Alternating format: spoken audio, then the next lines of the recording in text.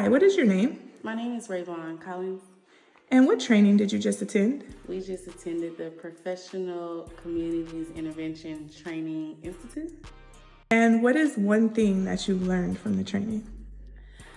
I learned a lot, but I'll stick with one, and it stood out to me a lot. It's the STOP method. It's to slow down, slow down, think, observe, and plan. It hit home for me because I used to be a hothead. I did not slow down and think about anything before I acted out. And if I would have learned this a lot sooner or a lot earlier back on, I feel like I would have been a little more successful with how I dealt with certain things in life.